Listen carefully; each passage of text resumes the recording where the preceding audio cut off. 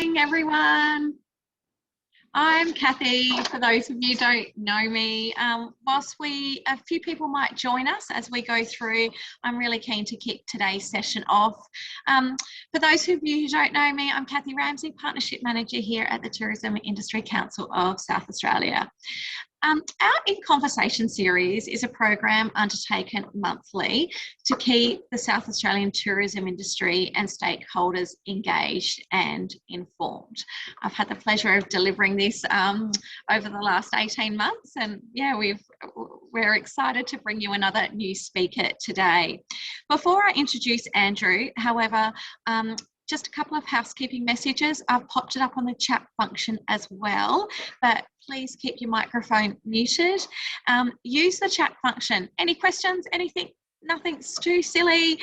Make the most of having this expert advice available today, and put them in the chat function, and I'll endeavour to work through those questions as we go through the session. And we also allow plenty of time for Q&A at the end. So without any further ado, our guest speaker is Andrew Sullivan, the Managing Director of Sullivan's Consulting. Sullivan's Consulting is not your traditional recruitment agency. They really combine the strength of experience with a fresh new approach. Sullivan's are specialists in strategic human resources, recruitment services, advertised recruitment and executive search, performance reviews and also salary benchmarking. Andrew himself has a wealth of experience, over 19 years in the recruitment and executive search industry. With his professional approach and market knowledge, Andrew is able to provide his clients and us today some expert advice and deliver amazing results. Today, we're tapping into this expertise knowledge to address what I know many of us are experiencing the challenges of is skills shortage, nearly a tongue twister there, staff recruitment, recruitment and staffing. As we know, that has been one of the most challenging pieces to work through as we continue to work through the current environment. Welcome, Andrew. Thank you very much. Thanks, Kathy. Thank you for having me. Obviously looking forward to being involved in this series. So I guess firstly, the topic is really around the skill shortages in South Australia. So they are definitely in existence as we speak, and I'm sure many of you are experiencing similar concerns and challenges in your businesses. It's no different to a number of businesses here in SA at the moment. We have been helping a range of clients try and find candidates. It is a real struggle, I must admit, and again, right across a wide range of industries. We had a we had a real estate agency call me the other day. He was looking for a property manager, and he said, we normally put an ad on Seek, we normally get 150 applicants, and we're spoiled for choice. He said, we put an ad up about a month ago, we've had 8 candidates. So it's a massive challenge. So that's just in the real estate sector, but also with accountants as well. And again, a whole range of other industries, it's really hard to find amazing talent. So I guess that's so great for you to share that we're not alone. In terms of the tourism industry, we're facing it across many sectors. Absolutely. And yeah, you're not alone. I guess the other challenge is there is obviously a lot of opportunities out there for people, so everyone is crying out for staff. And I thought it was probably worth just reflecting on what the Seek numbers were pre-COVID. So pre-COVID on Seek in South Australia, there was around about 5,000 jobs. If you look at it as it speaks at the moment, it's around about 10,000 jobs currently active in South Australia. So there's an extra 5,000 jobs. The market is very buoyant and the economic conditions are very good. The pleasing thing for us is there's lots of newly created roles coming into the marketplace. I guess the challenge is, as we've just talked about, is trying to find good talent. I guess what we are seeing is a number of organisations are obviously paying above what they would normally pay to try and attract people. It's also reached the point where people are now poaching staff from their competitors to try and, I guess, fill those shortages within their organisation. So it's a real challenge. And again, we can talk through today, I guess, some strategies around trying to find talent if you're not keen to go down that executive search path and again, tap people on shoulders. Yeah, absolutely. Thanks for sharing that insight, particularly that, we know where we're placed in tourism, but largely that greater perspective of the whole industry, because you cross across every sector in your organisation, Andrew. So specifically talking on tourism, and our members and people engaged on the call today would be aware that we run our tourism barometer survey, and of the latest survey, it found that 46% of operators identified lack of staff as a key issue moving forward.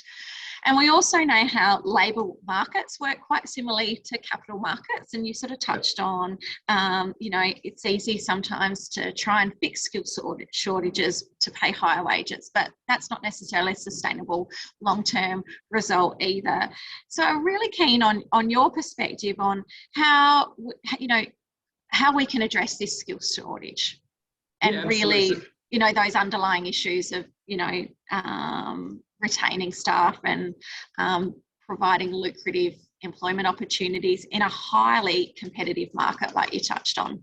Absolutely. So I guess a number of it comes down to, your employer brands. That's critical in today's environment.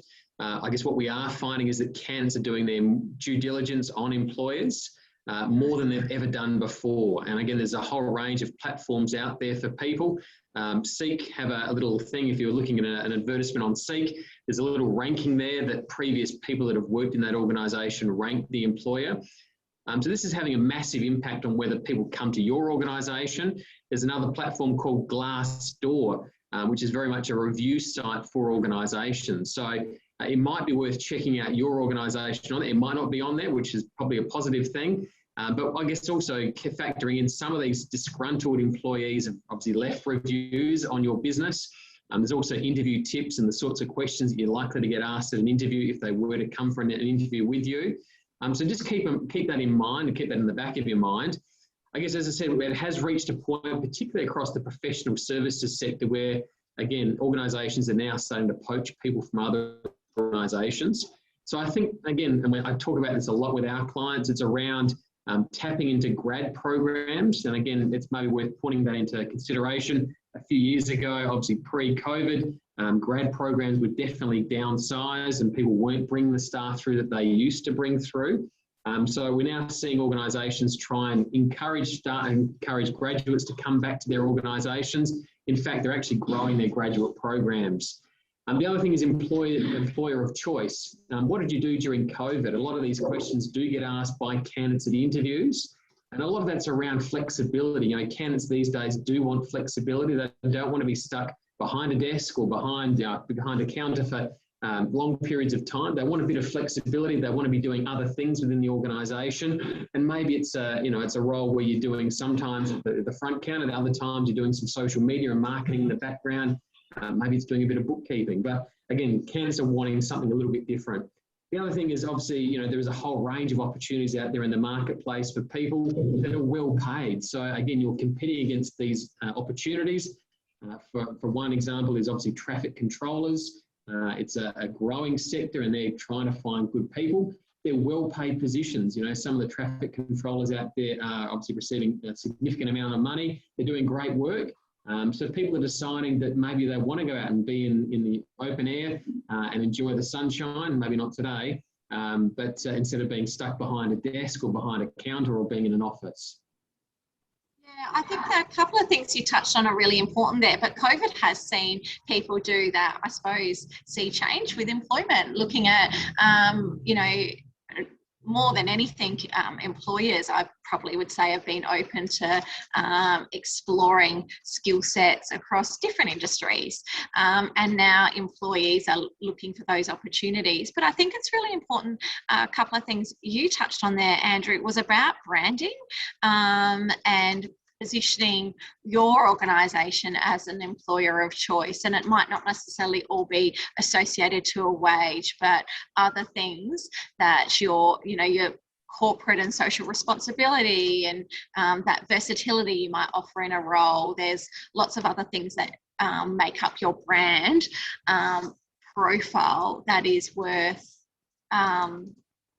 singing and talking about, and it's what the employees, by the sounds of it, are really wanting to hear, these prospective candidates. It's about their values aligning with the values of an organisation. Correct. And the other thing as well, Kathy, is social media is basically free. So that's a great way for you to showcase, particularly your staff members. Maybe you do a spotlight on the person, ask them a series of questions, and you can promote it relatively cheaply and get it out there to a wide range of audiences out there in South Australia. The other thing to keep in mind is that what we also find from clients is they're really keen and they really want to hire someone, but they take too slow, they're too slow or they're too long in their recruitment process, and they lose candidates. So you have to factor in when a candidate's coming for an opportunity, they might be considering 3 or 4 or 5 other opportunities. So speed is obviously of the essence. So don't delay the process. The other thing I'd suggest, just a couple of other things, if you do your own recruitment and put ads up on Seek, make sure you get back to candidates. It's a really massive pet peeve for candidates where they don't hear back from an employer. And I guess what I do see often is people have a Seek advertisement out there, they're looking for a particular skill set, and it says only shortlisted candidates will be contacted by the organisation. This is a massive no-no, so please don't do that. I can see, Ben, you agree with me there. Don't do that. It's really annoying for candidates. And the other thing to keep in mind is they might not be perfect for your job right now, but longer term, they may be the perfect candidate for another opportunity that you have. And because of that bad experience possibly they've had, they won't apply for the next opportunity that you have coming up. So think of it as a branding exercise, think of it as a PR exercise, and make sure that you get back to people. If they're not suitable, let them know. And maybe you need to give them a call and have that conversation, but provide that feedback to candidates. I totally agree with you, Andrew. That's some great feedback. The other thing I'd suggest is also thinking outside the square. We've touched on the social media, but really showcase your business and culture. Maybe it's worth entering some awards, or maybe, trying to demonstrate, I guess, how you're different to your competitors. Maybe it's, worth showcasing or being, community minded and doing some things within the community, giving back. That's also a good way of getting out there. I'm involved in a mentoring program through the University of South Australia, and we have a number of interns that come through our business throughout the year. So it's a great opportunity for them to get some experience in our business. It's also a great opportunity for them to get some experience on their resume. And who knows, if you've got them coming through your business, it might be a good opportunity for you to obviously hire new staff. Yeah, absolutely. And TiCSA quite readily uses the services of interns too, and had many successful employment outcomes as a result of internship programs with the University of South Australia and Flinders University as well. So definitely, there are some channels you can explore, and I'm in a position to connect you through to those internship programs, particularly at Flinders, for those who wish to be connected to that. So, talking about finding and recruiting staff, what are some of the avenues that, employers, once we've got some branding, and we're thinking about branding as an employer of choice, what sort of avenues would you explore, Andrew, for, recruitment? Yeah, sure. So if you're doing it yourself, I'd definitely be encouraging to put an ad on to Seek. Seek is the largest job board across Australia. There's another job board called Indeed. Indeed is the largest job board globally. They're number 2 in Australia. And then there's LinkedIn. Depending upon the position, it might not require your advertisement to go on to LinkedIn, but I'd definitely put it on to Seek. The other thing I'd suggest doing is, if you are going on to Seek and putting it up an advertisement, you might also want to think about putting some screening questions with the advertisement, so people can fill out the form at the bottom. And you have some pre-set questions in terms of, do you have experience in this? Do you have a qualification in this? Or do you have whatever it could be, the relevant ticket or the relevant qualification that you're looking for? So they're the things that I'd be suggesting to you. As I would imagine, many people have obviously put ads on Seek. It's quite inexpensive. But I guess you'll also notice it can change. So if you can put an ad up today on Seek, you might get inundated. You might get 14, 15, 20 applications. You could put it up next week, you might get 5. So it really depends on the timing and when you go to market. The other thing I'd suggest doing, if you do have a cafe or if you have an opportunity where people actually come through, you might actually want to think about putting it up or showcasing it in the reception area or putting it on the window so that people know that you are actually looking for staff. I had a cafe call me last week out at Campbelltown. He said, we're really struggling to find hospitality staff. I said, have you put anything in the window? He hadn't actually thought of it. So I think at this point in time, he actually has found a few people that were actually frequenting the cafe and their sons and daughters were just looking for part-time casual roles, and he managed to find someone through that channel. So think outside the square. There might also be a little community, or there might be some sort of other, I'm not sure, TiCSA, do they have a job site, Kathy, that you host? We don't have a dedicated job site, but we do welcome you guys to send any opportunities through to us so we can share with our larger community as well. So whilst we don't have a dedicated job site, you know, if you've got opportunities and you want to showcase those to the industry and our community, yeah, we welcome you send that through to us. Yeah. The other thing as well is Facebook is a really good platform for jobs as well. So as a business, we use Facebook quite a lot. We've got the largest Facebook following out of any other recruitment agency across Australia. Why that's helpful is that obviously it's tapping into passive candidates because the people that are on Facebook aren't looking for jobs necessarily. So we sponsor content, we share content, we make sure it's going to the right people. So maybe that's a channel that you might want to look into as well as in your business. Maybe it's posting the advertisement. Maybe it's getting a group of the staff in your business together, taking a photo, putting up that we're looking for a new superstar to join our team, and really showcasing it that way as well. So they're probably some of the strategies I'd recommend.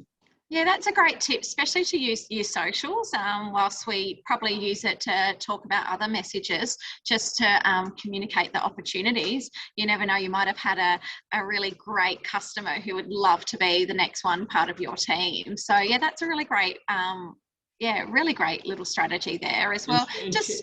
Share it on LinkedIn. LinkedIn is great as well. That's a great platform to share things on.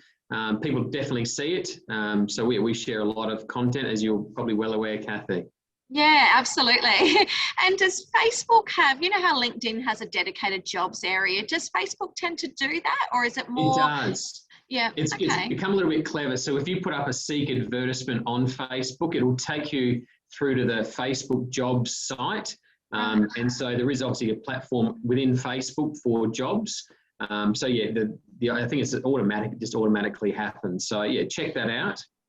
And yeah, I was going to say, is it worth doing both, like a generic post, as well as linking in your Seek opportunity as well? So again, if you're a small business, I'd definitely be encouraging you to do Seek, LinkedIn, possibly Indeed, and again, placing it on social media, whether that be LinkedIn or whether that be Facebook. Yeah, great. So like I talked about before, Andrew, you know, labour markets particularly operate like capital markets, and when we're in this situation, we like to think an easy fix to skill shortage is to pay higher wages, but that's not necessarily sustainable to many of our businesses. So how do we go to making positions more attractive without breaking the bank? Yes, there's probably a few ways I'd suggest there. So I guess first is really about making sure that your workplace is attractive, because if there's other attractive organisations out there and you're competing against them, possibly the candidates are going to head down the other path. So making sure that, again, if you've got an amazing culture, you need to showcase that. You need to get it out there, and people need to be aware of, I guess, the amazing things that you're doing as a business.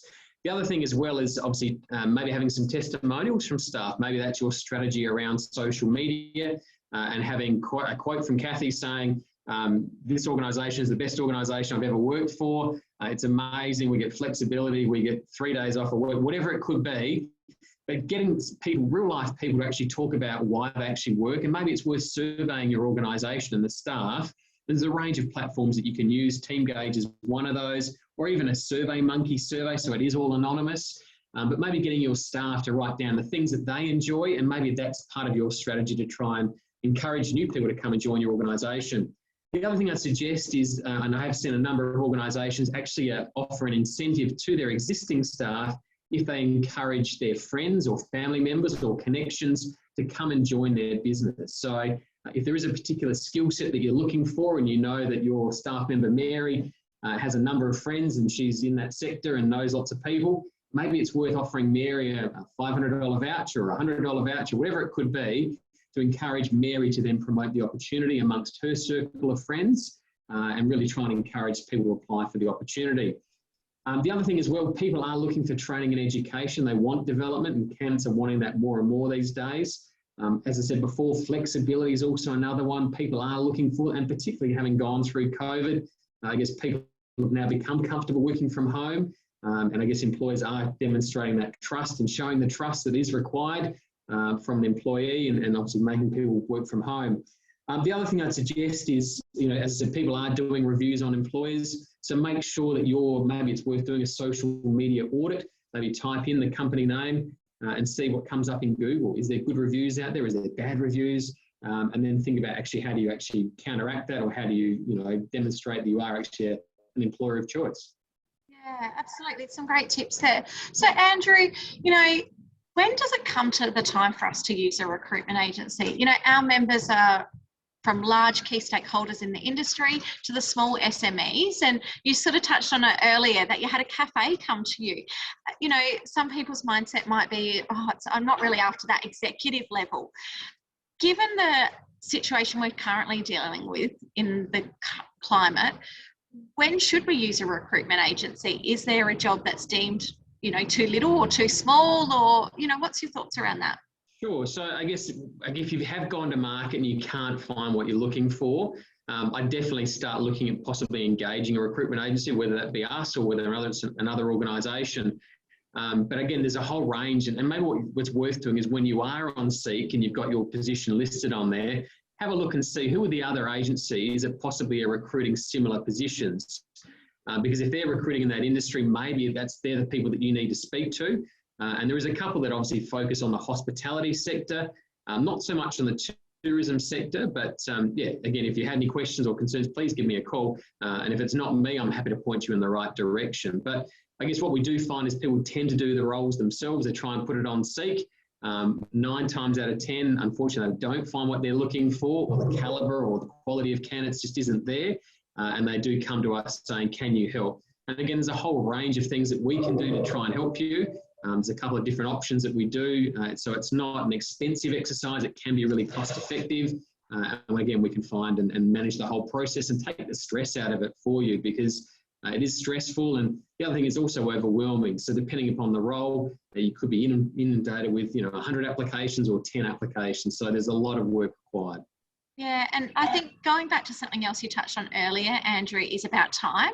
And, given the competitive environment for candidates at the moment, there's a lot of jobs out there. They're not just applying for your job, they're applying for potentially half a dozen jobs on any given day. So it's a really competitive environment. So that timely response is vitally important. And we all know the challenges of spinning many plates in our organisation or wearing many hats. So potentially to look at some dedicated services there through the likes of Sullivan's or an appropriate recruitment agency might just help service your need there. And please be assured, everybody on the call, I will connect you through to Andrew in an email post this. So if you ever want to reach out and pick his brain or just ask a question, I'll flick you Andrew's details as well. So retaining qualified staff, the ones we have got on our books, albeit in our industry, it could be seasonal people we have on our books, or it's a casual or a permanent part-time status, and also those in full-time employees, because like we've said, it's a competitive market out there. There's lots of new opportunities. So it's not just about filling that skill shortage we've had, it's about holding on to the staff we've invested a lot into as well. I'm keen to hear your thoughts around that. Yeah, so I guess what I find, and I guess the biggest frustration I hear from clients is when people do leave. The other thing I see is that clients don't actually survey their staff. They don't have those performance appraisals with staff, and maybe it's a one-on-one, maybe it's a coffee discussion. They don't have those conversations to find out. So, Kathy, what are your ambitions? What's going on in your life? Are you here for the long term? What are you looking to do with your career? How can I help you? These conversations just don't happen, unfortunately, at times. And it's a big frustration from candidates. And, 9 times out of 10, when I do interview a candidate, they'll say there's no opportunity for progression. And I say, well, have you asked the question? Has that conversation been had with your manager or boss? And again, most of the time they say no, it's not the done thing, or we don't talk about it. Or, the other thing that surprises me when people say they actually haven't had a performance appraisal in the 7 years they've worked in an organisation. So these are basic things. And I'd suggest, and again, I'm no expert in it, but what I'd be suggesting is maybe having a conversation with your employees or staff members on a regular basis. It doesn't have to be monthly. It could be 3 monthly, 6 monthly. And again, that's a check-in. That's a really good opportunity for you to find out, is Kathy invested? Is she wanting to stick around? What is Kathy's career direction? All these things are things that you can actually find in that conversation. And again, it costs you nothing apart from a coffee with that staff member. And it also reflects how valued that staff member is to an organisation as well. If a lot just goes unsaid, and all of a sudden that could be a liability for you if they were if they chose to depart. But just those little conversations along the way, it really just goes to show how much you value your staff, no matter what level they're at in your organisation. So, and the other thing as well, if you do have staff and you've got a more senior position, it might be worth having a conversation with those staff members to see, is that where they're looking to go? Is that the direction they want to head in? And then maybe it's an opportunity for you to then upskill that individual to take on that more senior opportunity with the knowledge that you're going to have to spend some time. Hopefully they've been an employee with you for a long time, so they've already got their trust. But it's a good opportunity for you to have that conversation with them. But also, again, it showcases whether they're going to be suitable, whether they want the opportunity. They might say, listen, I'm really happy where I am at the moment. And I don't want to aspire to that position. That's completely fine too. But if you don't have that conversation, you're never going to know.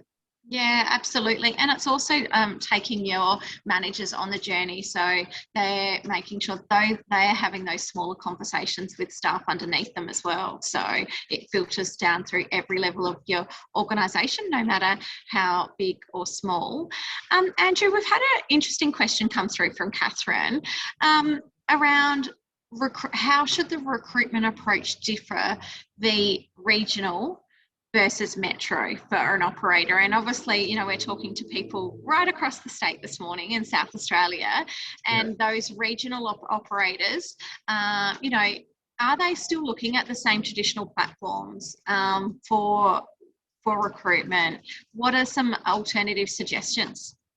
Yeah, so I definitely encourage you to look on those same platforms I talked about. But again, what I'll be doing is tapping into the community, depending upon where you're talking or where you're based, Catherine. I'd be looking into, is there some sort of job board? Is there a social media page for the council where they share jobs? Is there opportunities online where you can tap into communities in that region? So I'd still be doing the same things. I'd still be advertising on Seek and LinkedIn, Indeed possibly. I guess it might be worth just actually talking about Indeed. So Indeed is a job aggregator. And what that does is it finds jobs on a plethora of websites. It then scrapes them across and puts them on their own website. So what you'll find is the jobs that are on Indeed are very different to the jobs that are on Seek. So that's obviously something I need to clear up. But I'd be doing exactly the same thing in terms of trying to get the opportunity out there. But I'd be really using social media to tap into some talent in the region.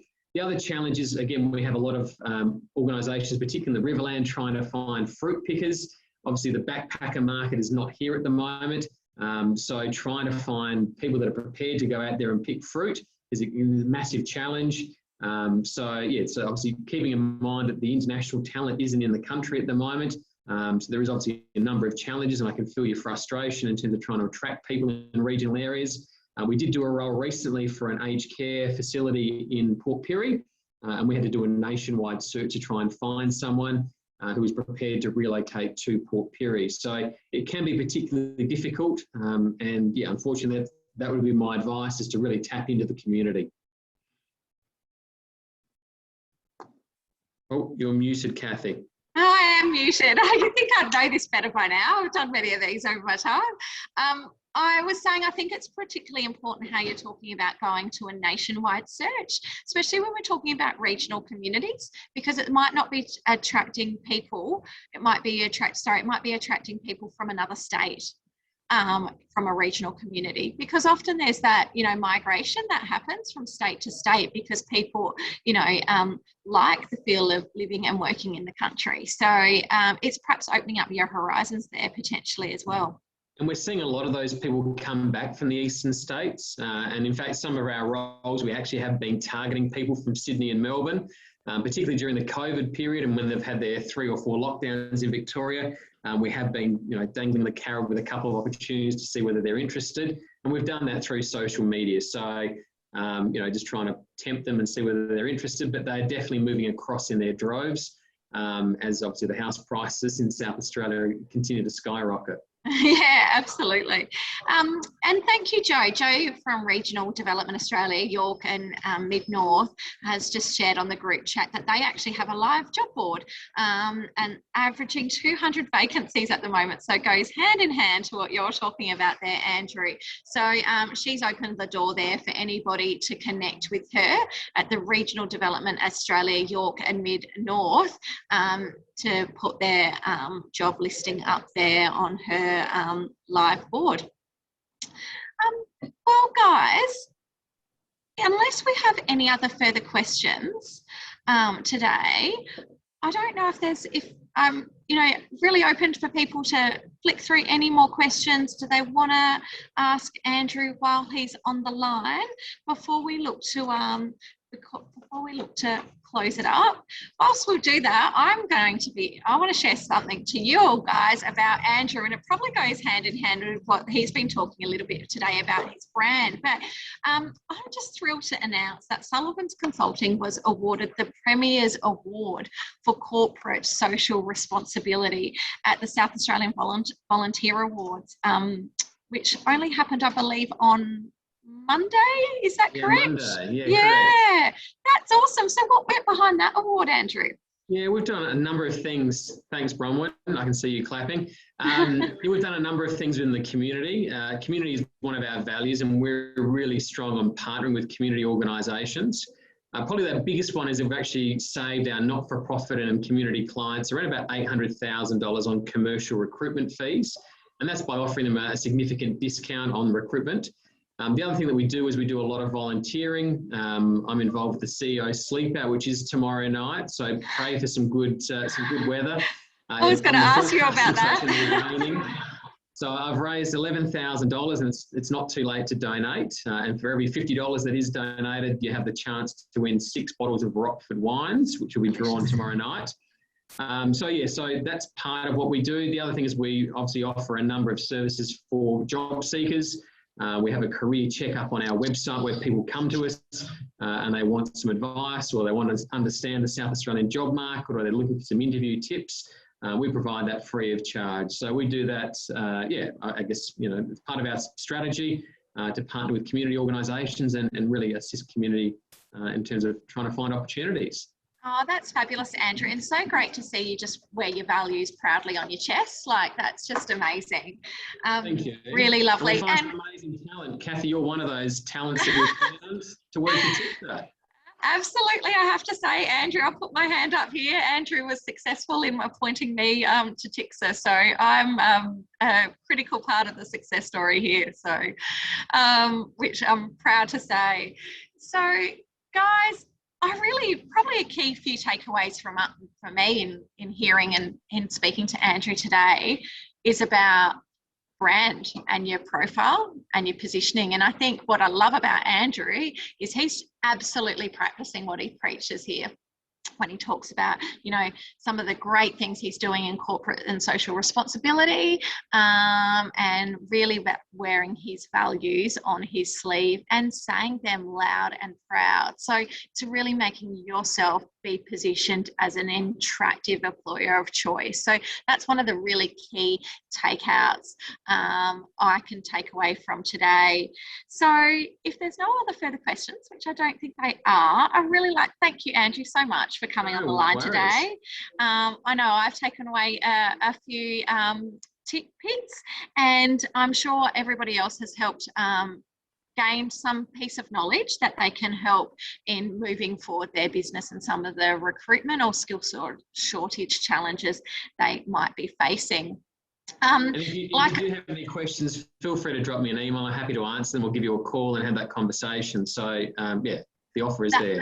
Absolutely. And like we said, we've used Andrew before at TiCSA, and that's how I came to join part of the team as well. But yeah, like I said, I will send an email out at the conclusion of today's session shortly, and that will connect you through to Andrew as well.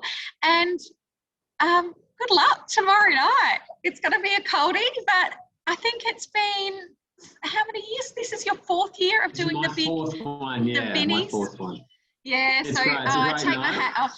I take my hat off to you, Andrew. That's just fabulous work, and congratulations on the fundraising you have done for an amazing charity today. And keep warm. I'm looking forward to the stories you have to tell. Perfect. Thanks, Kathy. Thanks, everybody. All right. Thanks, guys. See you.